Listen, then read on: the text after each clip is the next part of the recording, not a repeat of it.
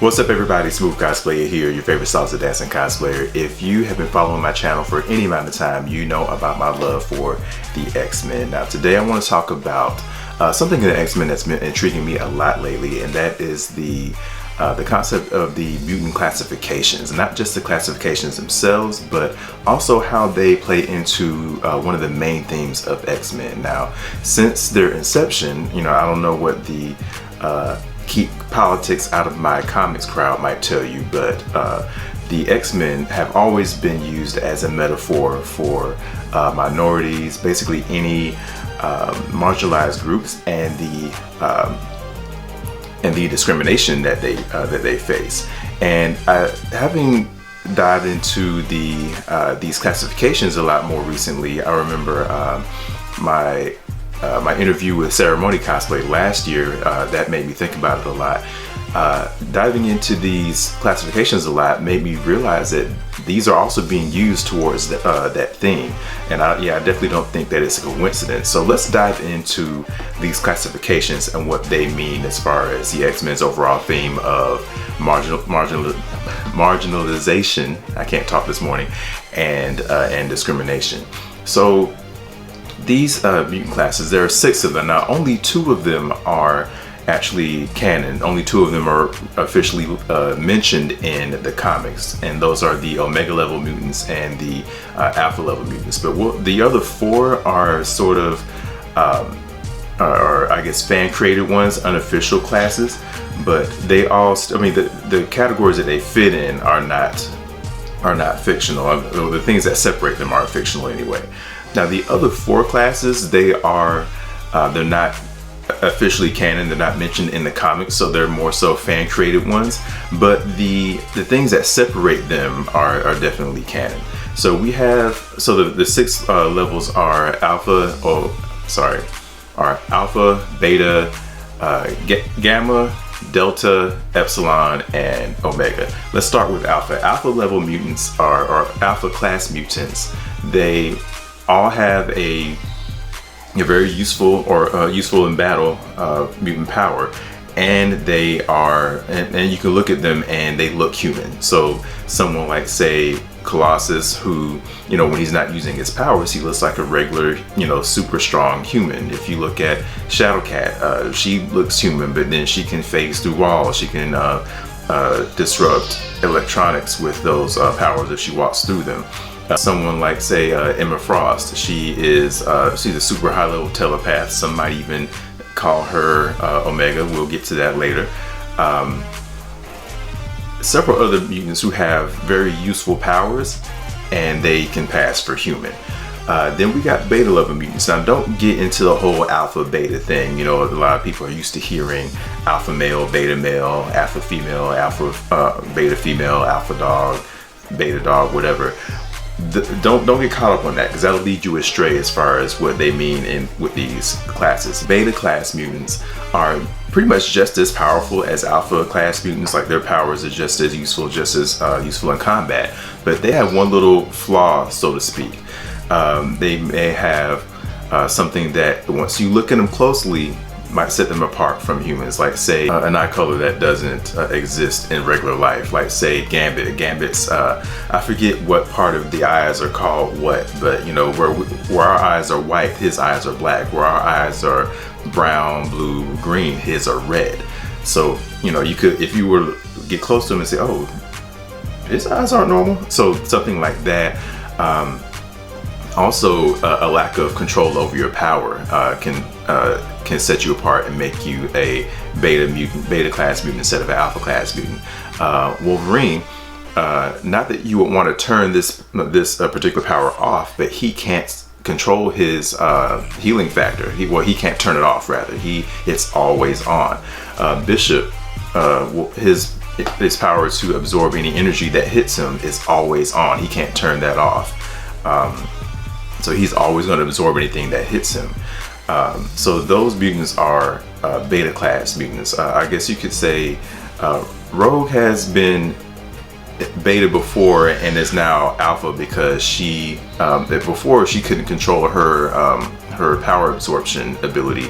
Like the moment she touched you, she would absorb your abilities and your powers and your memories and your personality, all that kind of stuff. But it turns out that was all psychological. So now that she can control it, she is an alpha level mutant. Next we have gamma class mutants. Gamma class mutants are just as powerful as alpha and beta class mutants. However, you can look at them and tell that they're gamma level mutants. Let's see, Beast, even back before he got his fur, he had abnormally sized feet and hands. Angel, and then of course Archangel, your boy had huge angel wings or bird wings. And yes, he could hide them very well. If you read his any of his descriptions, you can look and see that he's able to like bind them to his back and like wear like regular clothes or a suit. And you might notice a tiny bulge if you're looking hard enough, but for the most part, he can hide them. But the fact that he has to hide them makes him gamma. Nightcrawler, of course, he has on 2 toes on each foot, only 3 fingers on each hand, dark indigo blue fur, yellow eyes, the prehensile devil tail. So his power, teleportation, is very useful, but you look at him and know he's a mutant. Like people even thought he was a demon at some point. So mutants like that, again, you can look at them and tell that they're mutants. They're not going to be able to hide in plain sight without any help. Like both Angel, after he became Archangel and got light blue skin, him and Nightcrawler, they both have used what's called an image inducer to make it look like they're not the color that they are. Then we got Delta level mutants, Delta class mutants. Now they pass for human, but their powers aren't particularly useful in combat. Some good examples of those are Forge. Forge just has this power to automatically know how to make anything. Like give him enough time, he can make you anything, and he can use that power to reverse engineer things. If you tell him, hey, I need this thing to turn off mutant powers, I can make it. I need this thing to detect whatever, he can make it. Domino, her luck powers, like she can't, they're very subtle, and she can't pull her trigger and make them happen. Like she has to be trying to dodge a bullet, or she has to be trying to hit something that you normally can't hit, and her power takes effect, but she can't manually make it happen. A lot of Delta level mutants don't even know, they go a long time not even knowing they're mutants. Some of them don't even ever know they're mutants. This person doesn't fit into that category of not ever knowing their powers, but Doug Ramsey, I believe, he just has this power to automatically be able to translate any language, be it human language or otherwise. So that's not, it's useful, but it's not useful in combat, and it's not particularly powerful. So that's why he would count as a Delta class mutant. Then we have Epsilon level mutants. This class of mutants, they not only are, so they're like gamma mutants in that you can look at them and tell they're mutants because of their mutation, but for some of them, that is their mutation, the fact that they don't look human. A lot of them don't even have powers or useful powers. A lot of the Morlocks, pretty much all the Morlocks really, they either fall into gamma or Epsilon class. Like some of them are fortunate that they do have good powers, but a lot of them, they got no powers at all or very weak powers, and they look like mutants. So they're on the very unfortunate end of this scale because they don't even have powers to show for it. They just look like mutants, and they gotta hide because they can't be out in regular society. Then lastly, we have Omega level mutants. Now forget if looking human is part of this classification, but the big thing with Omega level mutants is that I've seen them categorized 2 different ways. Either they are capable of large scale damage, or large scale global scale like damage or range on their powers, and or they have no known limit to their powers. let's see, Magneto is one, Storm, Iceman. It got to the point where Iceman was like, he found out that only his imagination was holding him back as far as what he could do with his powers. Vulcan, Cyclops and Havoc's brother, he can control and manipulate any and all manner of energy. Let's see, you got mutants like Franklin Richards and Proteus who can straight up warp reality. Elixir, he has complete control over biology. So like all of those mutants, they're like, there's no known limit to their powers, and or they can just they can use their power over a global scale there. Now, if you notice a pattern here with all of these mutant classes, the two main things that separate them are whether or not they pass for humans and how useful their powers are. Now I want to focus on that first one, whether or not they look human. If you notice, alpha, beta, and delta mutants, they can all pass for human, whereas gamma and epsilon mutants, they cannot. Like I said, the main example there being the Morlocks, that you look at them and you can tell they're mutants. So alpha, delta, and beta mutants, I could dare to say I will call them human passing mutants, similar to how basically any ethnicity, in real life, that any ethnicity that has brown people, but they vary in different complexions. Those members of those ethnicities that are on the lighter end are often called white passing. They, depending on their skin tone and how their hair looks, they can easily pass for being white, and therefore they not completely avoid, but can avoid a lot of the same discrimination that their darker counterparts have from that same ethnicity. So similar to that, you have your human passing mutants who, as long as they keep their powers off, as long as they keep their powers in check and don't use them in public, as long as they don't out themselves, they can be, they'll pass for human. And therefore avoiding a lot of the discrimination that their non-human looking mutant brothers and sisters experience. Now, that's not to say that they don't have any struggle at all. If you have a mutant power, especially if it's one that's hard to control, you always got to be on. You can't just walk out willy-nilly in public, la la la la, I ain't got a care in the world. No, you have to constantly be aware of your powers and keep them in control. And a lot of mutants have a hard time doing that, even if they do look human. So they have to, like I said, they have to always be on. They have to always be in control of their powers, and that can cause a lot of stress. That's a lot of heartache and hard work, just to avoid being treated like everybody else. I mean, just to avoid being treated like their other mutants and want to be treated like a human. You got someone like, say, Storm, not that she's trying to hide herself, but if she wanted to hide and not be part of the X-Men and not be on the front lines and just be a regular human or live like a regular human, she would have to keep her powers in check, which for the most part she can, but her powers are tied to her emotions. So if she doesn't keep her emotions in check, her powers are going to flare up. Now, I've never seen her have a panic attack in public, so I don't really think she's in danger of that, other than when her claustrophobia kicks in. If anything triggers her claustrophobia, her powers are probably going to flare up. But and again, I don't think I've seen that happen too many times, if at all. But I do know that that's I know that would be a problem if she were to want to just hide in public and not be outed as a mutant. So I don't know if you guys picked up on it or not, but the thing that I think this is addressing is the concept of privilege in real life. Now, let me stop there real quick, because I know privilege can tend to be a very polarizing or inflammatory word, because a lot of people hear privilege and automatically think of the privileged, people who have, their family has old money, and they've never had to work a day in their life, and they got a silver spoon in their mouth, and they don't work hard for anything. They always have everything handed to them. Now, that's your perception of privilege. I understand. Privilege can mean that.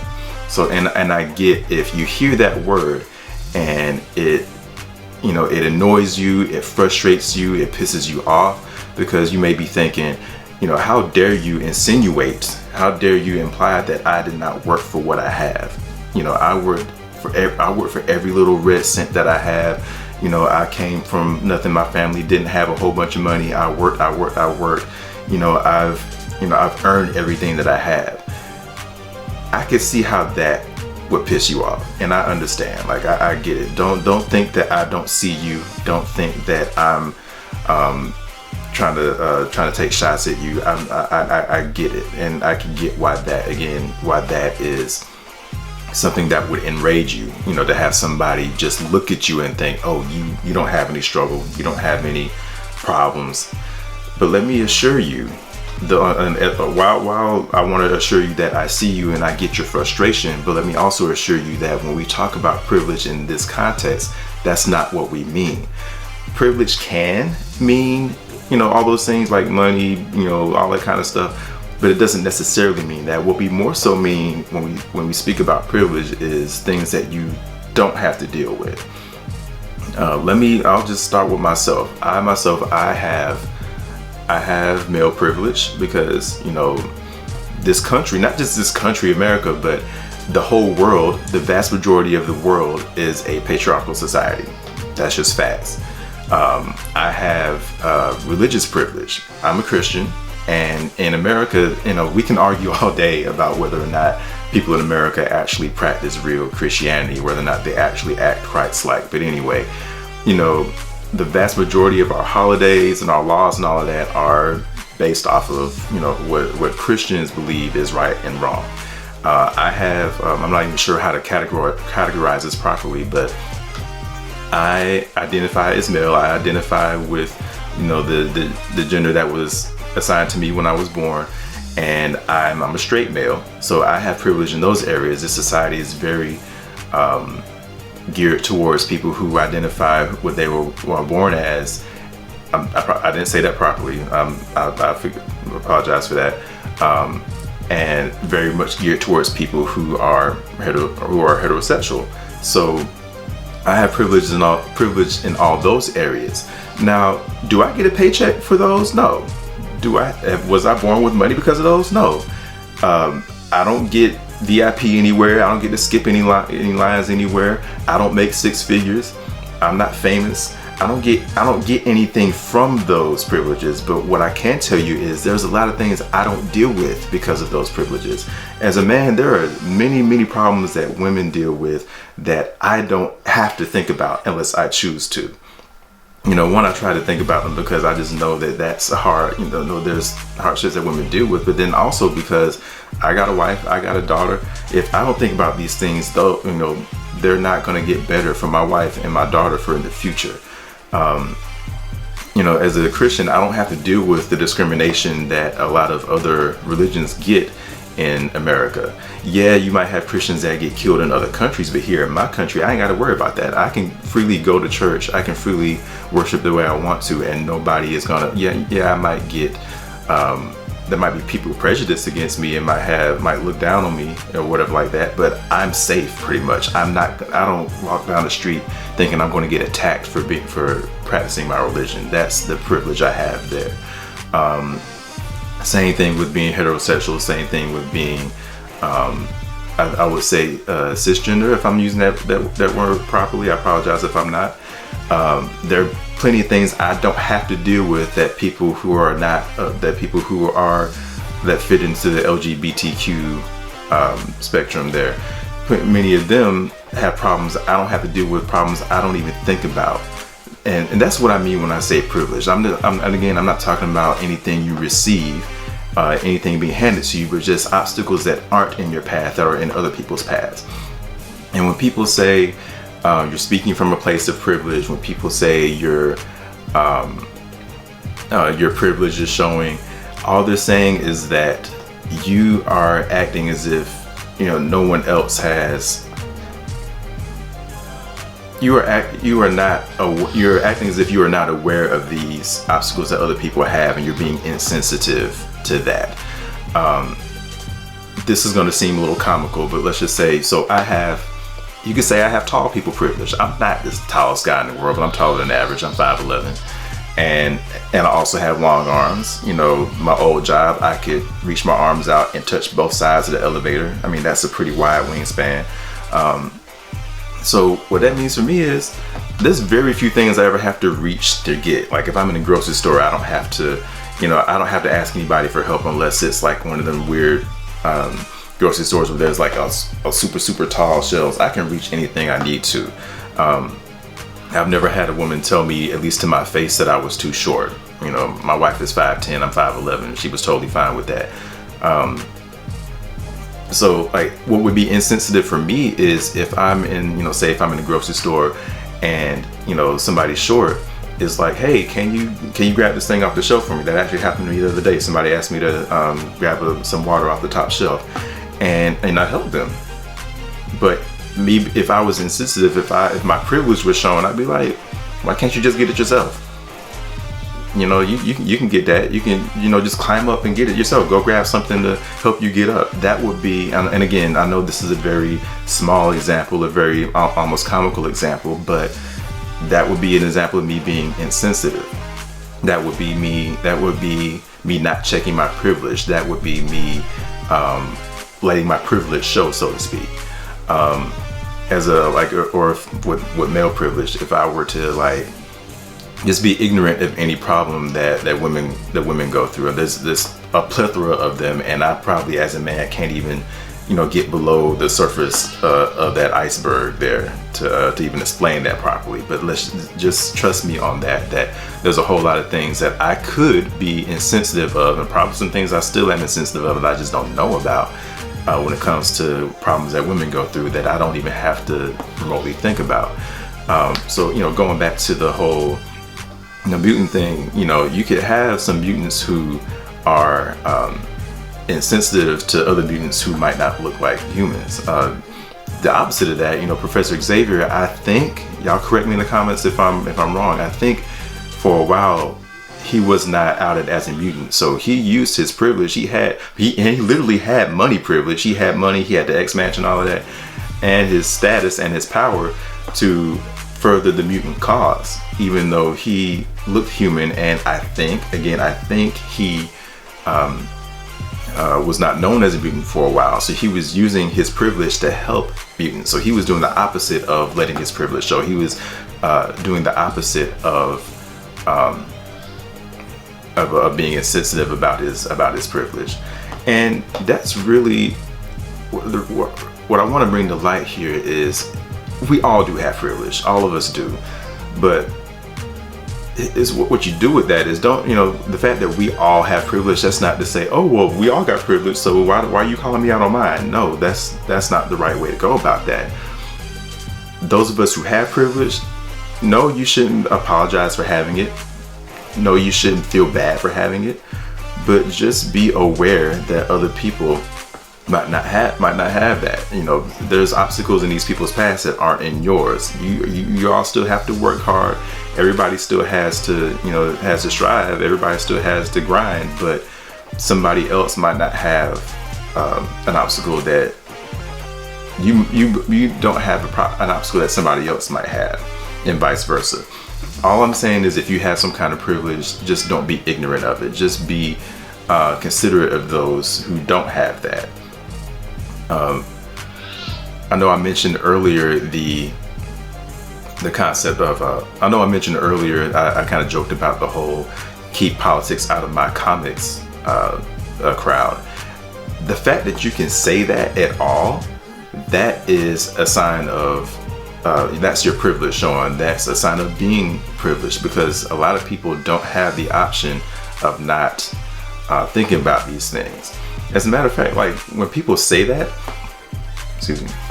when people say something like, oh, I don't want politics in my comics, I don't want politics in my video games, very rarely are they ever talking about politics in the sense of, a particular political party was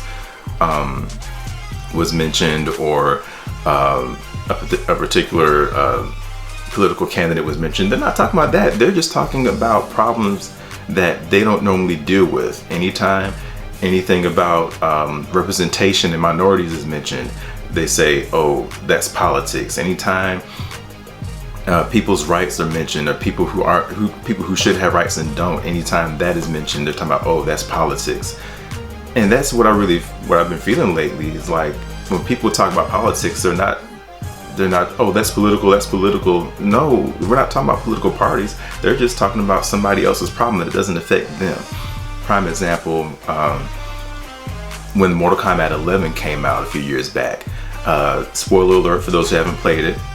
I haven't really played it myself, but I know that somewhere in that story, there's time travel involved, and I guess if whoever you beat the game with, you have the option to use that time travel power to go back and change something.